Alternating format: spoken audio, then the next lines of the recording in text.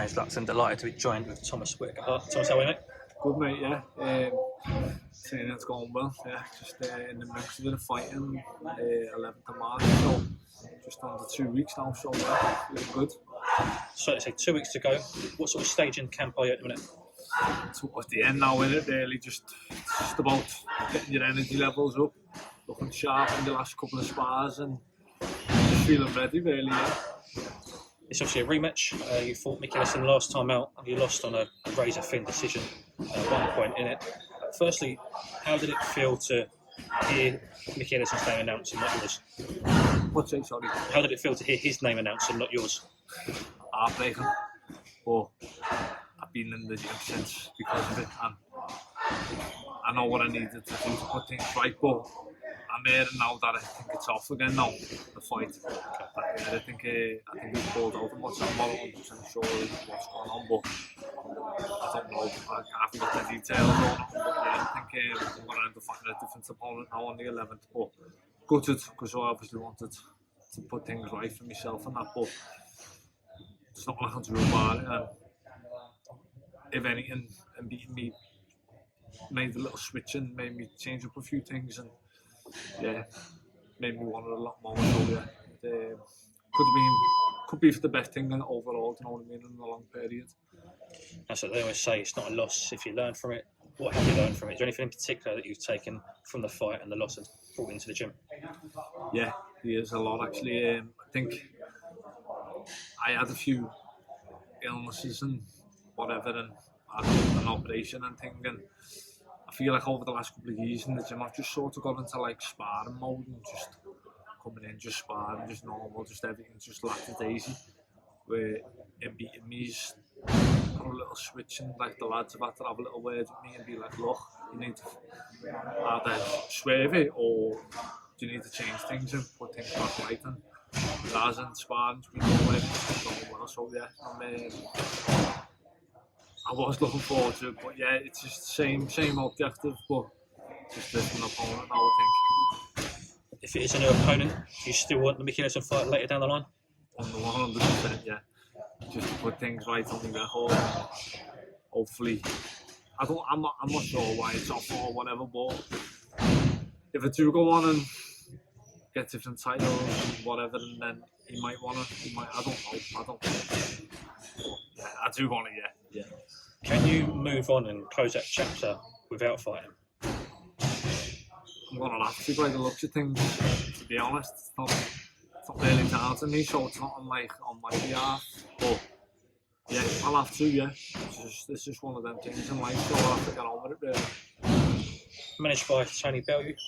First of all, talking about working with Tony, obviously massive name in boxing, British boxing, but also in Liverpool as well. What's it like to work? Good, yeah, sound, nice lad. I've known Tony since I was young, obviously, off being in here and following him around, watching him box himself, so sort of just like looked after me, you know what I mean, brought me under his wing and helped me get on the shows, and yeah, it's good to be around. You mentioned how you get on the shows is probably giving you opportunities you may not have got without a name like Tony Bellew as your manager. How much do you appreciate and how much has Tony done for you?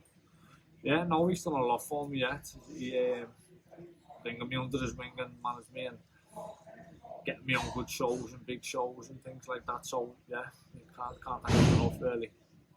You mentioned getting your big shows. Next fight you mentioned March 11th, a couple of weeks out now.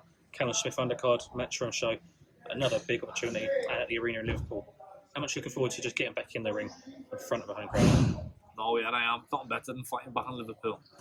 Have everyone there, all people who can't come and travel sometimes, and like with work or whatever. So everyone gets to watch you when you're back home. So yeah, I'm excited just to put on a performance for everyone, really. Obviously, Callum's here today in the gym. He's been in the gym whilst he's over in the UK. You've also got guys like Josh Taylor in the gym. You've got guys who've been at the top level and currently world champions. How much do you get from those guys, watching those guys train, seeing how much work they put in for yourself to come up, because that's where you want to be as well? Yeah, it's just, it's good.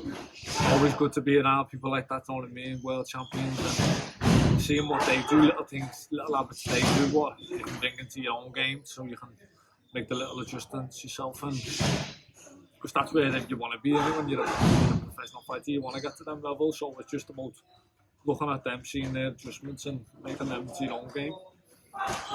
Just finally, over the weekend in Saudi Arabia, we had Jake Paul. There's a few other influencers as well coming into the sport and making multi-millions of pounds. How does that make you feel when you've dedicated your life to this and you graft away day in, day out in the gym to see these guys do a 10-week camp like white collar boxing and get paid an awful lot of money for it?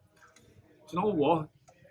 You can't blame them, because a lot of people give them a lot of stick, and a lot of it's not about the boxing skill.